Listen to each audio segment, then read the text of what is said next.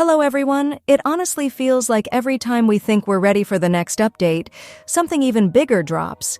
And today was no exception because the Luna 3 livestream wrapped up a few days ago, and it came with some pretty wild reveals. We finally got to see the in-game models for Alice and Nicole, we learned more about the Hexarai buffs that are coming to the Hex and Zirkel characters, and of course we got a full look at the new 5 stars arriving in this version. So in this video, I want to walk you through how valuable these new 5 stars really are and whether any of them are actually worth pulling for your account. Welcome back to Impactverse, where we test and explore every single character to help you decide exactly who you want to wish for and build. Before we dive into the kit analysis, I want to mention that Loot Bar's Black Friday sale is live for everyone only from November 25th to December 1st, so you can grab your coupon now for up to 10% off before it's gone to get double points and use them to redeem rewards or future purchases. Looking for the best way to recharge in Genshin Impact? Loot Bar is the smarter choice. It works exactly like the in-game top-up, but it's way more affordable. New users get 10% off with the link in the pinned comment, and lucky users can receive an additional 5% discount coupon. Loot Bar also has special deals on crystal packs, including the 6480 bundle, and even an all-in-one package with everything you need. See this? The regular $100 pack only costs $80 on Loot Bar.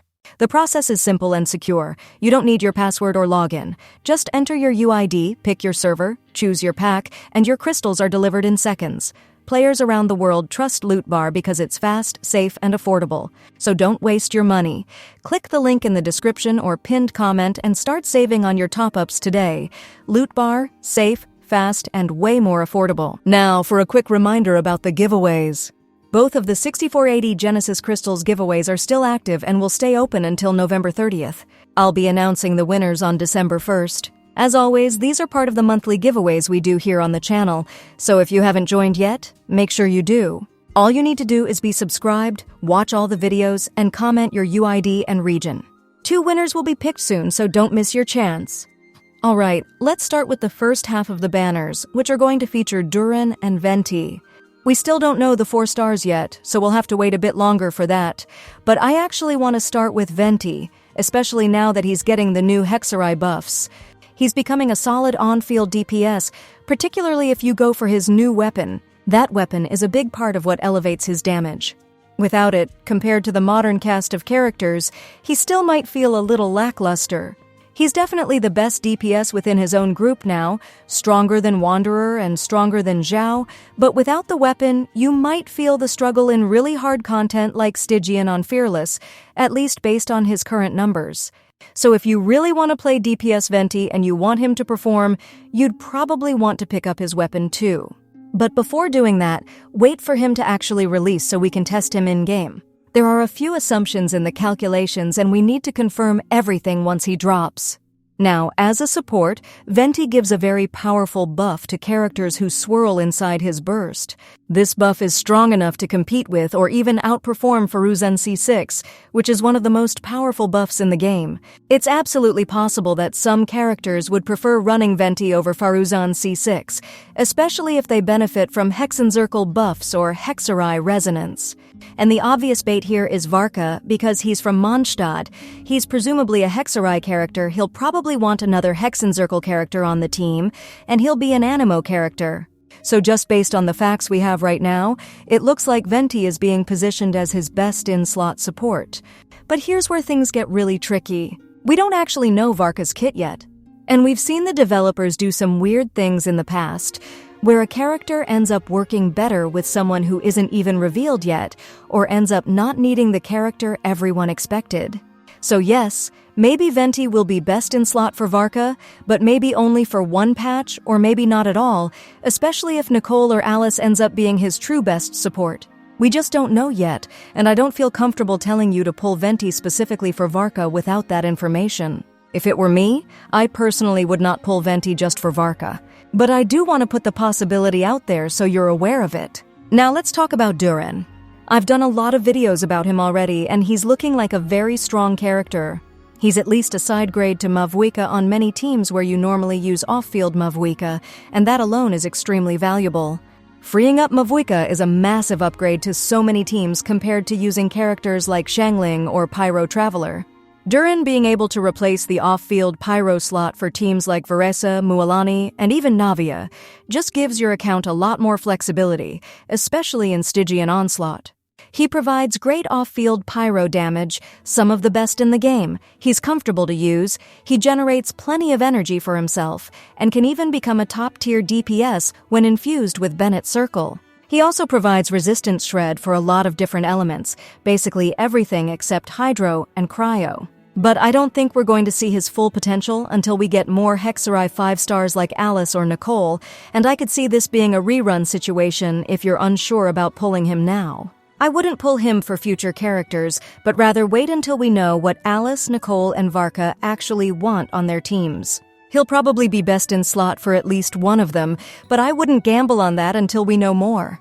And keep in mind that next version, Luna 4 or 6.3, is going to be Columbina. The weapon banner for this first half is also looking solid. Both Durin's weapon and Venti's weapon received pretty substantial buffs. Once we know the 4-star lineup, I'll break it all down, but as a second weapon to grab, the banner doesn't look bad at all. We just need to see how widely Venti's weapon can be used on other characters. Now let's talk about Yahoda, who's releasing alongside them. She's looking fine. She seems like a decent wheelchair core paired with Inefa, giving Nod Cry resonance to any team. You can also run her with Aino for a free-to-play Nod Cry option, though it won't beat Yahoda, plus Aino should be workable as a support core. Her kit does look a bit clunky though. Having to move around so much, filling her bar slowly, potentially extending your rotations, and even at C6 she's looking like a side grade or even a downgrade to Sucrose for Flynn's teams because she removes the Nod Cry resonance by forcing 4 Nod Cry characters. She can heal, which is good, but we're not exactly lacking healers, and it seems like she won't function properly on a real Nefer team. It's disappointing since her design is great, but combat-wise, she's not looking particularly strong. She'll probably be a fine free-to-play 4-star, but nothing game-changing. I do want to try her with Flynn's, though. Moving to the second half, we have Varesa and Xilonen. How good Varesa is to pull here really depends on the 4-star lineup. I expect Chevros and Ian-san to rerun somewhere, but my guess is that Chevros will appear on the Duran banner and Ian-san on the Varesa banner since he's basically dedicated support for her.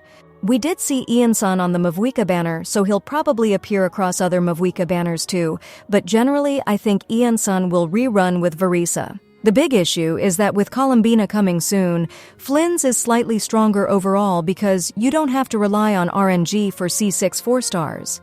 For Varesa, not having C6 Ianson is about a 10% loss, and not having C6 Chevrus is around another 15% loss.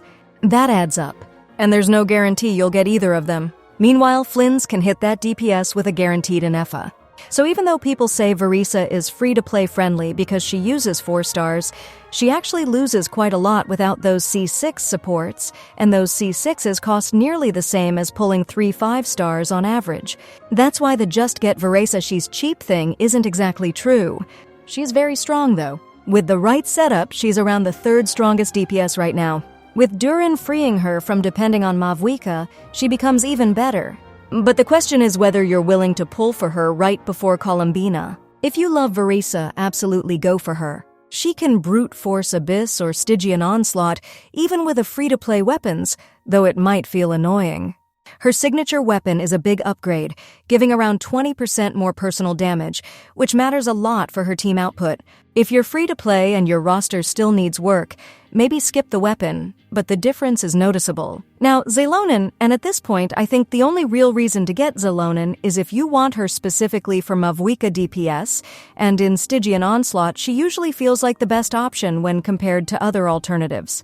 And that's where things stand for this version. If you're enjoying the breakdown so far, feel free to leave a like. It genuinely helps the video reach more players without interrupting your viewing experience. But overall, this lineup is full of decisions you need to approach with a plan, especially with Columbina right around the corner. Thank you for watching, and if this helped you get a clearer idea of your pulls, consider subscribing so you don't miss the upcoming tests once these characters actually release.